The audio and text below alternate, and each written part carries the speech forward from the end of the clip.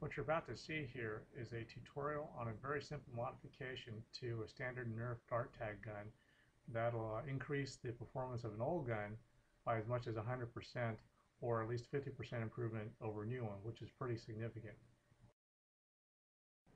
The tools you'll need include a wire cutter for clipping off the posts on air restrictors, a screwdriver, a Phillips head screwdriver for unscrewing the gun itself, and also a Dremel tool for cutting some slits. You could also use a hacksaw or perhaps a strong X-Acto knife. They should work equally as well. The first thing you need to do is unscrew the gun in half.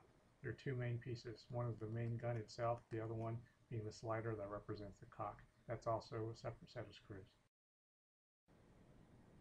The first modification is the ammo chamber. It's very simple to remove and disassemble. There are 4 screws in the base and the white part that attach it to the orange part. Take those out, and within it you'll find a bunch of air restrictor components.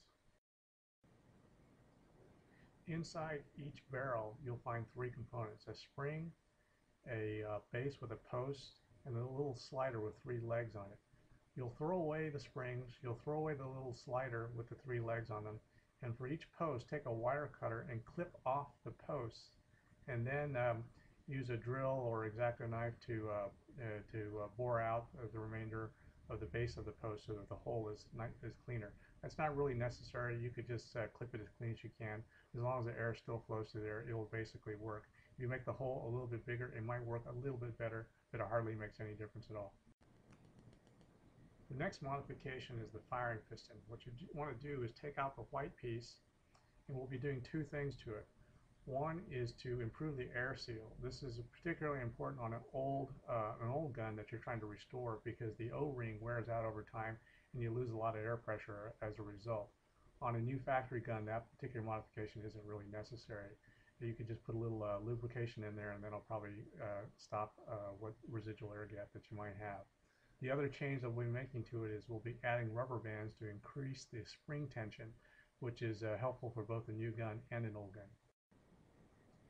To accommodate the rubber band to increase the firing pressure on the piston, what we'll do is notch it so that the rubber bands can grab onto the firing piston without sliding off. You can do this with either a Dremel tool, make 2 little slots on both ends as marked by the arrows, or you can take a little hacksaw or X-Acto knife and make the 4 cuts. Any cuts big enough to accommodate a rubber band and to keep it from sliding around will be good enough. As you reassemble again, there are 2 things you want to pay careful attention to. On the firing piston that we've modified, there's a cock spring at the top there that needs to be carefully reassembled with the outside slider. There's a post that goes through the hook there. Now both of those things need to be positioned in such a way that the rubber band has free play through the chamber as it goes back and forth. You should be able to easily locate a spot above each of the rails so that the gun halves, when they come together, they won't pinch the rubber band itself. The other thing to watch for is a little spring on the trigger below. That's an easy part to lose. That part is important because it allows the clicking mechanism on the pullback to operate along with the green trigger. Okay, so here's the modified Nerf gun for its test fire.